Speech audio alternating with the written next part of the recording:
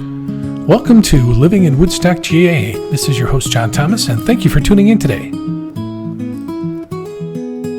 All right, let's jump right into this month's explainer. We're taking a deep dive into the Woodstock, Georgia real estate market for July of 2025. We're going to unpack all the data to figure out what's really happening for buyers and sellers out there right now. You've probably felt it, right? That buzz around town. You know, just like the summer concerts in downtown Woodstock have been packed, the housing market has had its own kind of energy. But is it that same kind of crazy red-hot market we saw a couple of years back? Yeah. That's the million-dollar question, isn't it? The headlines can be super confusing. So in this explainer, we're cutting through all that noise. We're going to focus on the hard numbers to see what's actually going on for both buyers and sellers here in Woodstock. To really get a grip on the market's health, you have to start with the key numbers from July. So let's break them down. Okay, first up, the median sale price. We're looking at $485,000. Now, that's a solid 7% increase over last year, so home values are definitely still climbing, but it's at a pace that feels a lot more sustainable. Next, let's talk activity.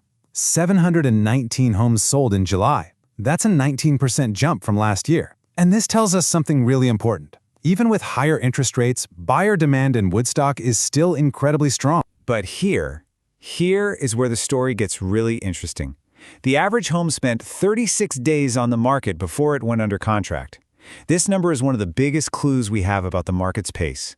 It's not slow, not by a long shot, but it's not instant anymore either. And just look at this change. Last July, homes were flying off the market in about 3 weeks. Now, it's closer to 5. That extra 2 weeks, it's a really big deal.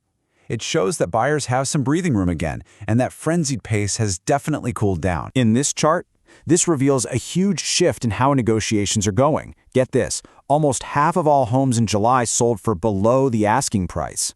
Now sure, a competitive 29% still went for overlist, but it shows that the days of guaranteed bidding wars are behind us. This is a much more balanced market. So what does all this data actually mean if you're thinking about selling your home in Woodstock?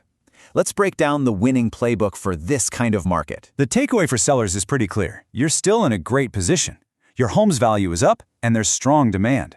But, and this is a big but, today's buyers are being more careful. With higher mortgage rates and more homes to pick from, they're taking their time.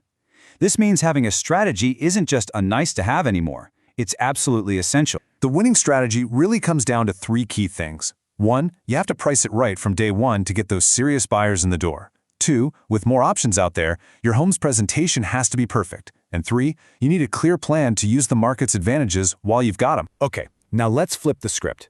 If you're looking to buy in Woodstock, what does all this mean for you? Well, this shift in the market has actually created a huge window of opportunity. Do you remember the market frenzy from a few years back? It was just insane. You had intense bidding wars, buyers waiving critical inspections, and people making these life-changing decisions in a matter of minutes. Today's reality is, thankfully, very different. Buyers now have real negotiating power, more homes to see, and most importantly, time to breathe and make a smart choice. So what's the buyer's edge today? Well, you've got more choice. With over 700 homes on the market, you've got more power to negotiate, knowing that almost half of sellers are accepting offers below their asking price. You've got more time to think things through. And this is a big one. You've got more say. Things like seller concessions are back on the table. Of course, we have to talk about mortgage rates. They're high. There's no getting around it. And that's exactly why so many buyers are living by this motto: marry the house, but date the rate. The whole strategy is to focus on finding the right home for the long haul, because you can always refinance at temporary rate later. The real goal is to lock down the right permanent home, not get spooked by a temporary number. Okay, so we've looked at the numbers, we've covered the seller's side, and we've covered the buyer's side. So let's pull back now and look at the big picture.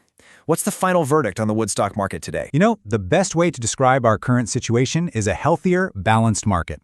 What that really means is we're seeing prices go up moderately, not these wild spikes. We're seeing more homes on the market for buyers to choose from, and interest rates have kind of found their footing. So ultimately, Woodstock real estate isn't in a frenzy, but it's definitely not in a collapse either. It's found this new, more sustainable balance. This is a market where a well-prepared seller and a patient buyer can both win. A market that's active, it's evolving, and it's healthy. And that leaves us with one last question to chew on. In this new, balanced market, who really has the advantage? The patient buyer who can wait for the right deal, or the prepared seller who knows how to play the game? Thanks for joining this explainer.